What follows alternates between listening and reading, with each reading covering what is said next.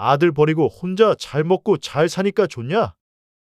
부모라면 책임을 져야 할 것 아니야. 자식 버린 당신이 그 돈으로 편하게 살 자격이 있냐고. 내 돈 내놔, 당장 내놔. 정신 좀 차려. 이 인간 말종아. 그 돈이 너 돈이야? 그 아파트 4명이야, 이 멍청한 놈아. 감히 누구 돈을 탐내는 거야? 아직도 어릴 때처럼 세상이 다 내 중심으로 돌아가는 것 같아? 너는 그래, 내가 어렸을 때 그렇게 툭하면 두들겨 패던 내 동생 승남이다. 너 어렸을 때부터 집에서 그렇게 왕자님 대접을 받더니 결국 인생 루저가 되었구나. 난 너 어릴 때부터 글러먹은 인간인 거 진작에 알아봤지. 안녕하세요. 부엌사연 구독자 여러분. 저는 서울 노원구에서 작은 편의점을 운영하는 신넷의 임정숙입니다. 제 편의점은 동네 중심에서 벗어난 작은 가게이지만 이곳을 찾는 단골 손님들이 많아 이제는 이 동네에서 오래된 터줏대감으로 자리 잡게 되었네요. 이렇게 오랜 시간 동안 이웃들의 다양한 일상과 그 속에서 벌어지는 크고 작은 이야기들을 가까이에서 지켜볼 수 있는 것도 제겐 큰 즐거움입니다. 그런데 3달 전 제 마음을 크게 울린 일이 있어 이렇게 사연을 보냅니다. 오늘 여러분께 전할 이야기는 저희 동네에서 폐지를 줍고 다니시던 한 할아버지에 관한 이야기예요. 여러 가지로 가슴 아프고도 놀라운 이 사연을 듣고 여러분이 좋은 의견이나 생각이 있으시다면 함께 나눠주셨으면 좋겠습니다. 할아버지를 처음 본 건 2년 전 겨울이었습니다. 아침부터 눈이 하얗게 내리던 날, 저는 편의점 문을 열어두고 바깥 풍경을 바라보며 커피를 마시고 있었어요. 그때까지 본 적 없던 낯선 모습의 할아버지가 천천히 리어카를 끌며 지나가시더군요. 허름한 외투에 낡은 모자를 쓴 채 폐지를 모으기 위해 주위를 살피며 걷고 계셨습니다. 편의점 뒤쪽에는 사용하지 않는 박스와 빈 병을 모아두는 곳이 있었는데 할아버지께서 폐지와 빈 병을 가져가도 되는지 물어보셨죠. 조금은 궁금한 마음으로 흔쾌히 허락해 드렸습니다. 그날 이후 할아버지는 매일 저희 편의점 앞을 지나는 익숙한 이웃이 되셨습니다. 처음엔 낯선 얼굴에 조금 무서운 인상도 있었지만 시간이 지나면서 성실하고도 점잖은 분임을 알게 되었죠. 안녕하세요, 할아버지. 오늘도 고생 많으시네요. 여기 시원한 음료수 하나 드세요. 제가 밝게 인사하며 음료수를 건넸습니다. 할아버지는 잠시 멈칫하시더니 환하게 미소 지으시며 고개를 끄덕이셨습니다. 아이고, 고맙습니다. 이런 걸 받아도 되나 모르겠네. 할아버지, 요즘 날씨가 참 덥죠? 이렇게 일하시면 많이 힘드실 텐데요. 할아버지는 음료수를 한 모금 마시고는 고개를 저으셨습니다. 살다 보니 뭐 더운 것도 익숙해지더라고요. 그래도 이렇게 시원한 거 한 잔 받으니 참 좋네요. 할아버지의 말투와 차분한 목소리를 들을 때마다 거칠게 살아온 분이 아니라 젊은 시절에 꽤 배우신 분 같다는 느낌이 들곤 했습니다. 문득 궁금해졌습니다. 가족은 있으실까? 왜 폐지를 모으며 사시는 걸까? 언제부터 이 동네에 계셨을까? 그러던 어느 날 시장을 보고 돌아오던 길에 우연히 할아버지를 또 보게 되었습니다. 시장 근처 좁은 골목길 끝에 위치한 낡은 반지하 원룸으로 들어가시더군요. 재개발을 앞두고 오래된 모습 그대로인 빌라였습니다. 아, 여기 사시는구나 하고 생각하게 되었죠. 할아버지는 따로 가족도 없는 것 같고 뭔가 사연이 깊어 보였습니다. 이상하게도 할아버지 모습이 자꾸 눈에 밟히더군요. 그 슬프고도 서글픈 눈빛 때문이었을까요? 왜 이렇게 마음이 쓰였는지 저도 알 수 없었어요. 그때부터 할아버지가 편의점에 오실 때마다 빈 병이나 박스를 챙겨드리는 것이 제 작은 습관이 되었습니다. 할아버지와 이런 깊은 인연을 이어가게 될 줄은 그때는 상상도 못했죠. 더운 여름날이면 시원한 음료수를, 추운 겨울날엔 따뜻한 꿀차를 챙겨드리기도 했어요. 그렇게 1년이 지나면서 저와 할아버지는 자연스럽게 서로에게 익숙한 이웃이 되었습니다. 하지만 여전히 할아버지의 속사정에 대해서는 알지 못했어요. 그러던 어느 날 인근 공사장에서 일하는 인부들이 들어와 막걸리를 계산하고 있었습니다. 그중 한 인부가 편의점 앞을 지나가는 할아버지를 보고는 놀란 듯 말을 건네더군요. 저분이 저기에 계시네? 참, 인생 모를 일이구만. 저는 궁금해져서 물어봤습니다. 저분 아시는 분인가요? 그 인부가 고개를 끄덕이며 말했습니다. 네, 저 할아버지 옛날에 건설회사 간부셨죠. 꽤 잘 나가던 분이에요. 퇴직금도 많이 받으셨을 텐데 어쩌다 저렇게 되셨는지 참. 또 다른 인부가 말을 덧붙였습니다. 아내는 없는 것 같더라고. 아들 하나 있었다던데 무슨 일이 있었는지 모르겠어. 아들이 사고를 쳤나? 건설회사 간부셨다고요? 저는 할아버지의 차분한 말투와 점잖은 인상이 이제 이해되는 듯 했어요. 1년쯤 전부터 이 동네에서 폐지를 줍고 계셨거든요.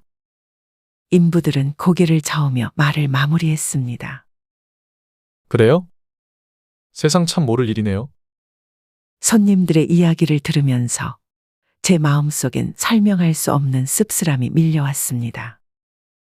한때 번듯하게 직장 생활을 하셨고 남부럽지 않은 형편이었을 텐데 지금은 폐지를 모으며 살아가신다니 믿기지 않았어요. 문득 그분이 늘 고개를 숙이고 조용히 걸어가시는 모습이 떠올랐습니다. 매번 찾아오실 때마다 짧은 대화 속에서도 할아버지의 표정에는 어딘가 모를 그늘이 드리워져 있었죠. 도대체 무슨 일이 있었던 걸까? 혹시 큰 사건이나 누명을 써서 일이 된 건 아닐까? 한편으론 걱정도 되었죠.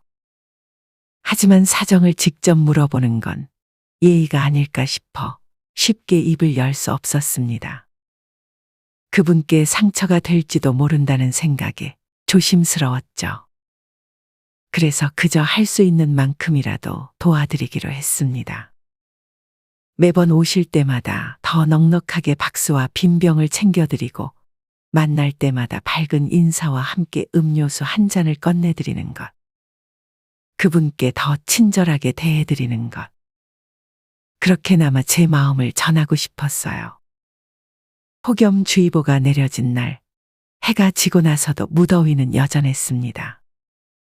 후끈한 공기가 가득한 저녁, 평소처럼 폐지를 주우러 나오신 할아버지를 보자마자 저는 시원한 음료수를 건네며 말씀드렸습니다.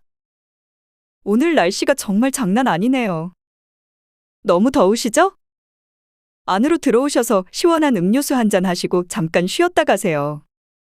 처음엔 할아버지가 손사래를 치며 사양하셨지만 제 거듭된 권유에 마침내 호의를 받아들이셨습니다.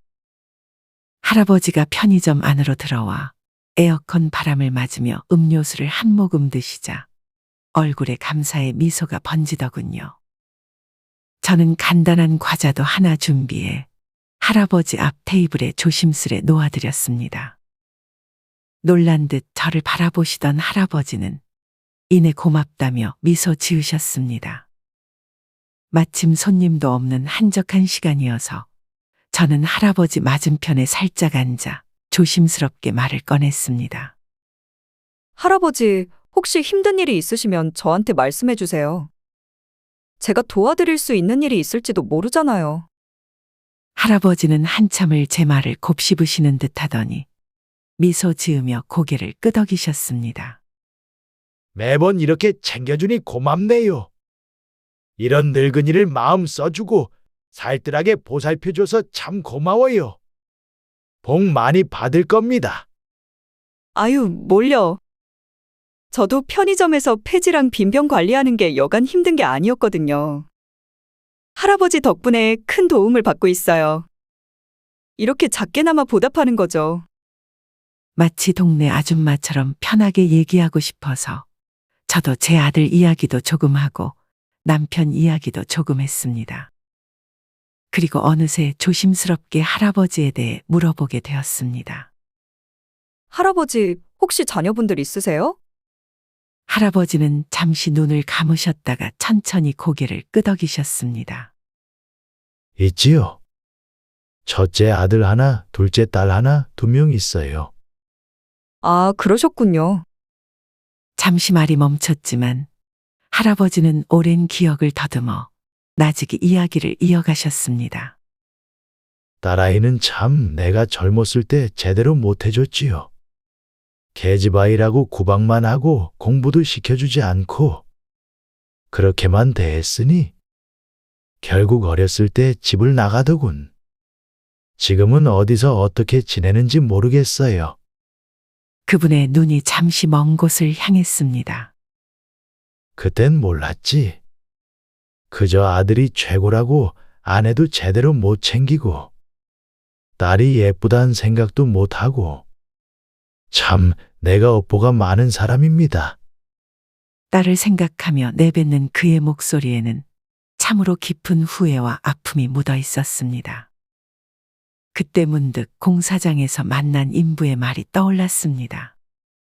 아들이 사고를 쳤나 했던 그 한마디가 마음에 다시 걸리기 시작했죠. 그럼 아드님은요? 조심스럽게 물었습니다. 할아버지는 잠시 멈칫하시더니 고개를 저으며 힘겹게 대답하셨습니다. 아들은 없느니만 못해요. 그리고는 더 이상 가족 이야기를 이어가지 않으셨습니다. 한동안 말없이 음료수를 마시던 할아버지는 고맙다고 인사를 건네신 후 다시 리어카를 끌고 편의점을 나섰습니다. 저도 더는 묻지 못하고 그저 고개를 끄덕이며 할아버지의 뒷모습을 바라보았습니다. 할아버지의 이야기를 들으며 아들이 재산을 탕진했을지도 모른다는 생각이 스쳤습니다. 할아버지가 이렇게 고단하게 폐지를 주우며 사시는 이유가 어렴풋이 이해되는 듯했어요. 그로부터 몇 주가 지나도록 매일 보이던 할아버지가 편의점 앞에 나타나지 않으셨습니다. 다음 날도 그 다음 날도 할아버지의 모습은 보이지 않았어요. 시간이 지날수록 걱정이 커져갔습니다. 요즘 뉴스를 보면 고독사처럼 흉흉한 소식이 덜어 들리잖아요. 할아버지도 혼자 지내시고 이웃과의 교류도 거의 없으신 것 같아 혹시 무슨 일이 생긴 건 아닐까 하는 불안이 밀려왔죠. 결국 걱정을 참지 못한 저는 할아버지의 집을 찾아가기로 마음먹었습니다. 예전에 시장 근처에서 보았던 낡고 허름한 반지하 원룸을 기억하며 찾아갔죠. 낡은 철문 앞에 서서 두근거리는 마음을 다독이며 조심스레 문을 두드렸습니다. 할아버지, 저 편의점 주인이에요. 요즘 안 보이셔서 찾아왔어요. 괜찮으세요? 문 앞에서 조심스럽게 외쳐보았지만 안쪽에서는 아무런 대답이 없었습니다. 잠시 침묵이 흐르던 그때 문틈 사이로 희미한 신음소리가 들려왔습니다. 그 소리를 듣자마자 가슴이 철렁 내려앉았죠. 망설일 틈도 없이 저는 곧바로 119에 전화를 걸어 상황을 설명했고 구조대가 도착할 때까지 계속 문을 두드리며 할아버지를 불렀습니다. 곧 구조대원들이 도착해 문을 열고 들어가 좁고 차가운 바닥에 쓰러져 계신 할아버지를 발견했습니다. 알고 보니 화장실을 나오시다 넘어지셔서 허리를 다치셨고 거동이 어려워 그 상태로 꼼짝없이 누워 계셨던 것입니다. 다행히 늦기 전에 발견되었지만 할아버지의 모습이 너무 안쓰러웠습니다. 저는 할아버지를 구급차에 태우고 병원으로 동행했습니다. 병원에 도착하자마자 의료진은 할아버지의 상태를 확인했고 보호자를 찾기 위해 연락처를 수소문하기 시작했습니다. 몇 차례 연락 끝에 마침내 할아버지의 아들인 박준석 씨와 연결이 닿았습니다. 잠시 후 병원 직원이 다가와 조심스레 상황을 설명했습니다. 보호자분과 연락이 닿았습니다. 아드님이시라고 하네요. 아, 다행이네요. 뭐라고 하시던가요? 기대 반 안도 반으로 묻자 직원의 얼굴이 난처하게 일그러졌습니다. 그런데 아드님이 지방에 계시다며 사정상 병원에 오시기 어렵다고 하셨어요. 딱 잘라 거절하시던데요. 찾아뵙기 어렵다고만 말씀하시고 전화를 끊으셨어요. 순간 가슴 한편이 답답하고 화가 치밀어 올랐습니다. 부모님이 다쳐 병원에 계신데 이렇게 냉정하게 외면하는 자식도 있을 수 있다니요. 아버지가 입원해 계시다는데 사정 한마디 없이 거절이라니 가족이란 것이 이렇게 무책임할 수 있을까요? 쉽게 납득이 가지 않았습니다. 결국 저는 할아버지의 보호자로 이름을 올리고 병원비도 대신 수납하기로 했습니다. 다행히도 할아버지의 상태는 크게 나쁘지 않았습니다. 허리를 심하게 삐끗한 정도여서 응급처치를 받고 집에서 안정을 취하라는 지시에 따라 당일 퇴원할 수 있었죠. 그날 이후 이번 일을 계기로 할아버지와 저는 더 가까워졌고 서로에게 조금 더 든든한 존재가 되었습니다. 할아버지를 집으로 모셔온 뒤 거동이 불편하신 동안 저는 종종 그 집에 들러 간단한 간식과 필요한 물건들을 챙겨드렸습니다. 때로는 따뜻한 국을 끓여서 가져가기도 했죠. 할아버지는 처음엔 미안해하셨지만 차츰 제 방문을 기다리는 듯한 모습이었어요. 어느 날 제가 준비해 간 국을 할아버지께 드리자 조용히 한숨을 내쉬며 자신의 옛 이야기를 털어놓기 시작하셨습니다. 몸도 아프시고 마음도 외로우니 예전의 아픔들이 한꺼번에 떠오르신 것 같았어요. 참 고맙네. 이런 친절을 받아도 되는지 모르겠어. 나 같은 사람이 할아버지는 작게 한숨을 내쉬며 고개를 떨구셨습니다. 세상에 마음이 많이 약해지신 것 같네요. 불편해하지 마세요. 편안하게 지내셔야 빨리 회복하시죠. 마음속에 담아둔 이야기 있으시면 언제든 말씀하세요. 잠시 머뭇거리시더니 옛 기억을 더듬듯 천천히 입을 여셨습니다. 우리 집사람은 말이야 50도 채 되기 전에 뇌출혈로 먼저 떠났어. 치료 한번 제대로 못 해줬지. 곧 같은 나이에 시집와서 고생만 하다가 갔어.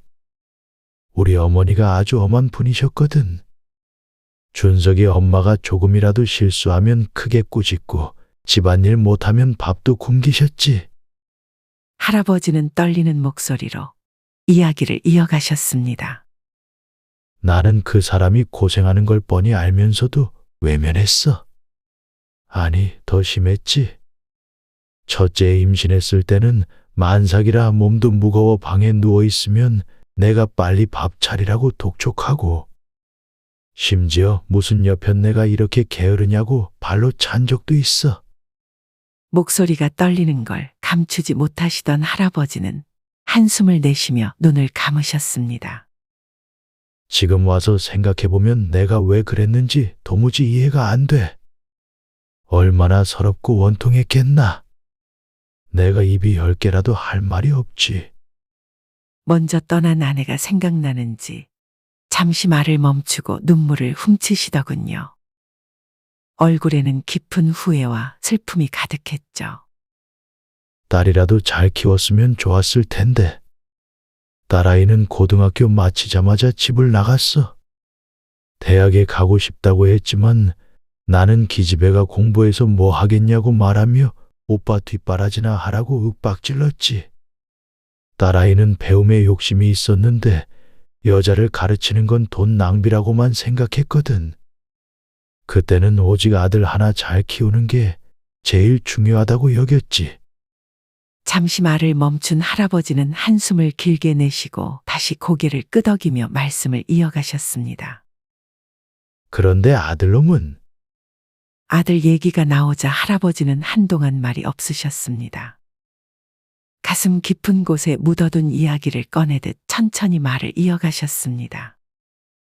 어릴 때부터 오냐오냐 다 해주며 키웠더니 막상 커서는 사회생활을 제대로 못하더라고. 직장도 제대로 다니지 못하고 밤마다 친구들과 어울려 유흥을 즐기다 결국엔 도박에까지 빠져버렸지. 할아버지는 고개를 저으며 덧붙이셨습니다. 아들 빚이 생길 때마다 갚아주고 또 갚아주다 보니 집안 기둥 같은 것들이 하나둘 무너져 가더라고. 나중에야 아들이 사람 노릇하고 싶다. 마지막 기회만 달라며 치킨집을 차려달라고 했지. 그래서 퇴직금을 털어 좋은 자리에 치킨집을 크게 차려줬어. 그런데 장사는커녕 사회생활도 제대로 해본 적 없는 놈이 그걸 잘 해낼 리가 있나. 얼마 못 가 가게는 문을 닫았지. 많이 지치신 듯 등을 기대고 눈을 감으시더니 조용히 속삭이듯 말씀하셨습니다. 돌아보면 후회뿐이야. 내가 참 죄가 많아. 그때로 돌아갈 수만 있다면 집사람 손이라도 한번 꼭 잡아주고 싶네. 고생 많았다고, 미안하다고. 그리고 나서 할아버지는 감정이 격해지셨는지 뒤돌아 누우셨습니다. 저는 그저 가만히 앉아 그분의 이야기를 들을 수밖에 없었죠. 지나간 세월의 무게, 그 고통을 제가 다 이해할 수는 없지만 가슴 깊이 아리게 다가왔습니다. 할아버지 말씀 속에는 뿌리 깊은 성별에 대한 차별이 얼마나 많은 상처를 남겼는지가 담겨 있었습니다. 아내와 딸이 겪어온 서러운 세월, 그리고 그 소중한 존재들을 잃어버린 남편과 제대로 자라지 못한 아들. 결국 모두가 그 시절의 피해자라는 생각이 들어 마음이 참 착잡했습니다. 그 후로 할아버지는 서서히 자리를 털고 일어나 예전처럼 폐지를 모으러 다니셨습니다. 비록 거동은 하셨지만 허리가 여전히 불편해 보였어요. 한 번은 속상한 마음에 이렇게 힘든 폐지 모으는 일을 꼭 하셔야 하나요? 하고 조심스레 여쭈었지만 할아버지는 쓸쓸한 웃음으로 먹고 살려면 별 수 없지 하고 대답하셨습니다. 어느 날 할아버지가 하루 종일 보이지 않자 불안한 마음이 스멀스멀 올라왔습니다. 건강도 아직 완전히 회복되지 않으셨을 텐데 무슨 일이 생긴 건 아닐까 걱정되던 참이었죠. 다음 날 아침 편의점 문을 열고 들어오시는 할아버지를 보자 반가움에 안도의 한숨이 나왔습니다. 그런데 그날은 혼자가 아니셨습니다. 낯선 젊은 아가씨가 할아버지와 함께 들어오더군요. 할아버지, 어서 오세요. 어제 안 오셔서 걱정했어요. 몸은 괜찮으신 거죠? 그런데 이분은 누구세요? 하고 조심스레 여쭤보았습니다. 할아버지는 살짝 어색한 미소를 지으며 아가씨를 가리켰습니다. 어제 이 아이가 찾아오는 바람에 나오지 못했습니다. 이 아이가 바로 제 둘째 딸 박승남입니다. 그러자 아가씨는 저를 향해 고개를 숙이며 인사했습니다. 안녕하세요. 아버지께 이야기 들었어요. 힘드실 때 많이 도와주셨다고 정말 감사합니다. 저에게 꾸벅 인사하는 할아버지의 딸은 딱 보기에도 아주 씩씩하고 똘똘해 보이더군요. 딸은 어렸을 때 집을 나가 연락이 끊겼다고 했는데 어떻게 만난 건지 자초지종을 물어보았어요. 지난번 할아버지가 다치셨을 때 병원에서는 가족을 찾기 위해 아들에게 연락을 했고 이어 딸에게도 연락을 시도했다고 하더군요. 그 당시에는 딸과 연락이 닿지 않았지만 시간이 지나 어렵게나마 딸에게 소식이 전해졌고 딸이 늦게나마 아버지를 찾아온 것이었죠. 아버지가 잘 지내고 계시는 줄로만 알았어요. 그런데 폐지를 주우며 이렇게 힘들게 살고 계신 모습을 보고 한참을 눈물 흘렸어요. 사장님께서 도와주시지 않았다면 아버지가 아프셨을 때 어떻게 됐을지 상상도 하기 어려워요. 아버지에게 서운했던 마음이 적지 않았을 텐데 딸은 모든 걸 용서하고 아버지를 모시기로 결심했다고 합니다. 강인하고도 바르게 자란 참 효녀였습니다. 딸은 저를 향해 깊이 고개를 숙이며 말했습니다. 지금이라도 그 은혜를 보답해 드리고 싶어요. 혹시 제가 작은 일이라도 도울 수 있는 게 있을까요? 솔직히 금전적으로라도 사례를 드리고 싶어요. 저는 손을 저으며 웃었습니다. 어머, 아니에요. 이웃끼리 당연히 할 일을 한 것뿐인데 무슨 사례예요. 부담스러우니 그 마음만 받아둘게요. 지금부터라도 아버님께 잘해드리면 그게 가장 큰 보답이죠. 인생은 참 어떻게 될지 모르는 것 같아요. 어렸을 때 떠났던 딸이 이렇게 돌아와서 아버지를 모실 줄 누가 알았겠어요. 저는 진심으로 기뻐하며 할아버지께 축하 인사를 건넸습니다. 할아버지, 정말 축하드려요. 따님이 모시게 되면 이제 어떻게 지내시게 되는 거예요? 딸이 환하게 웃으며 대답했습니다. 아버지는 요 앞 아파트로 다음 달에 이사하시기로 했어요.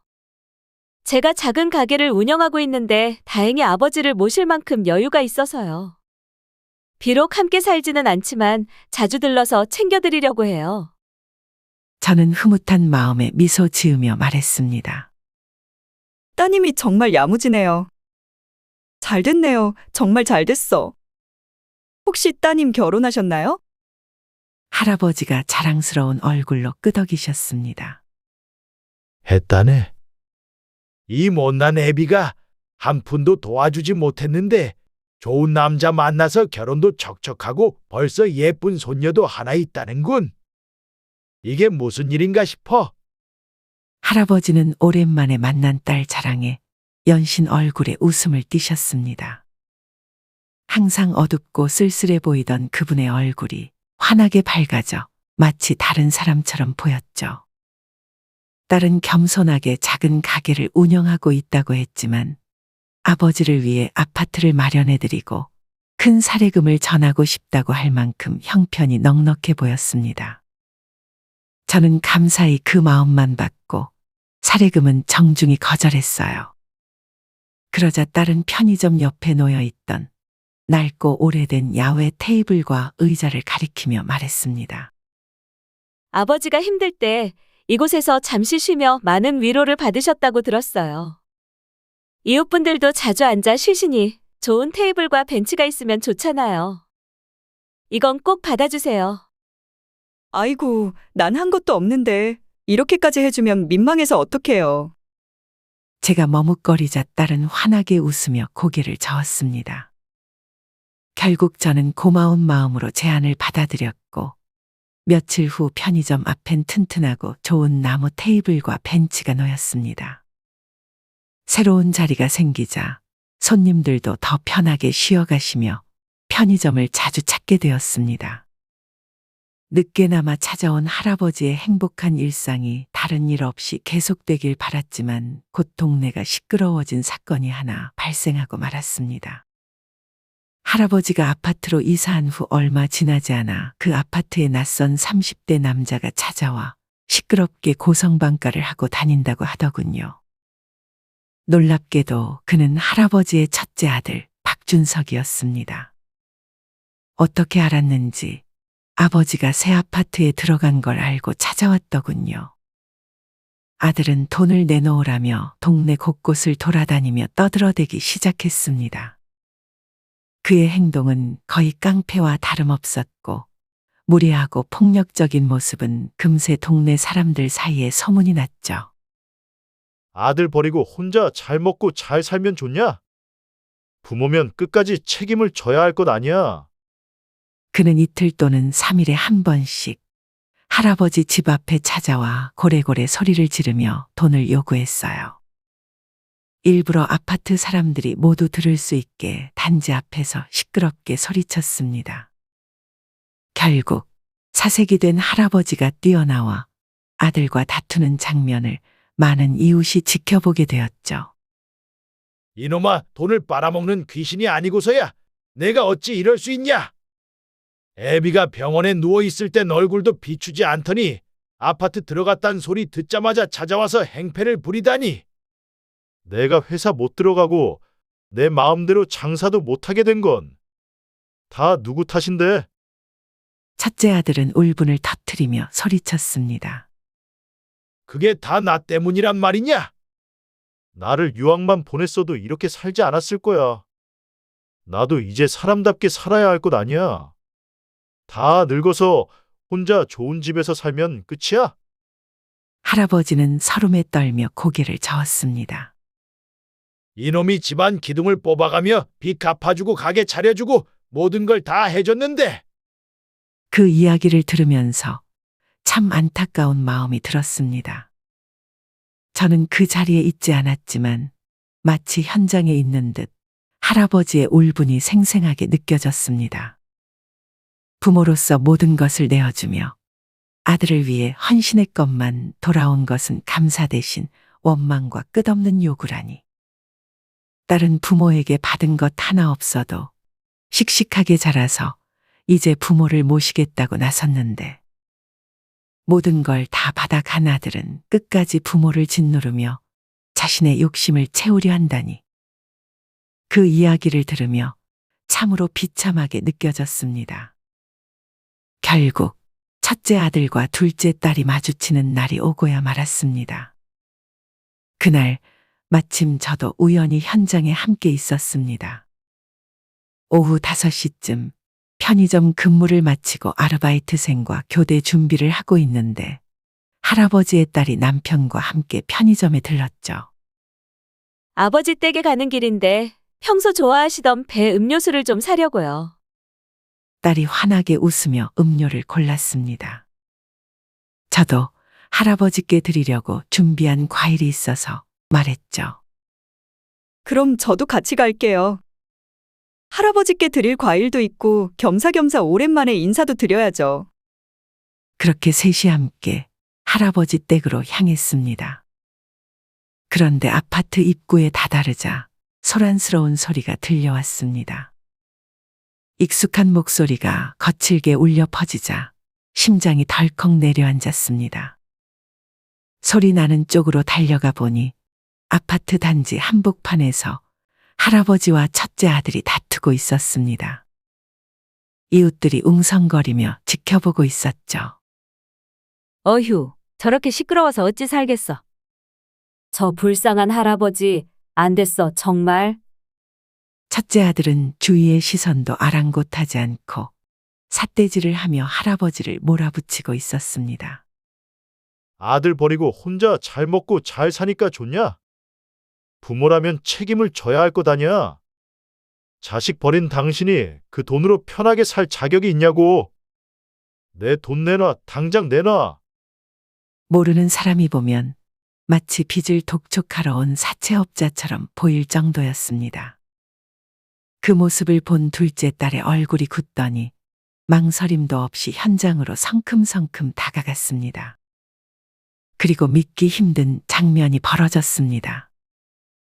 둘째 딸이 첫째 아들의 뒤통수를 손바닥으로 있는 힘껏 내리친 것입니다. 너무 세게 때려 손이 아프지 않나 걱정될 정도였어요. 뭐야? 너 뭐야?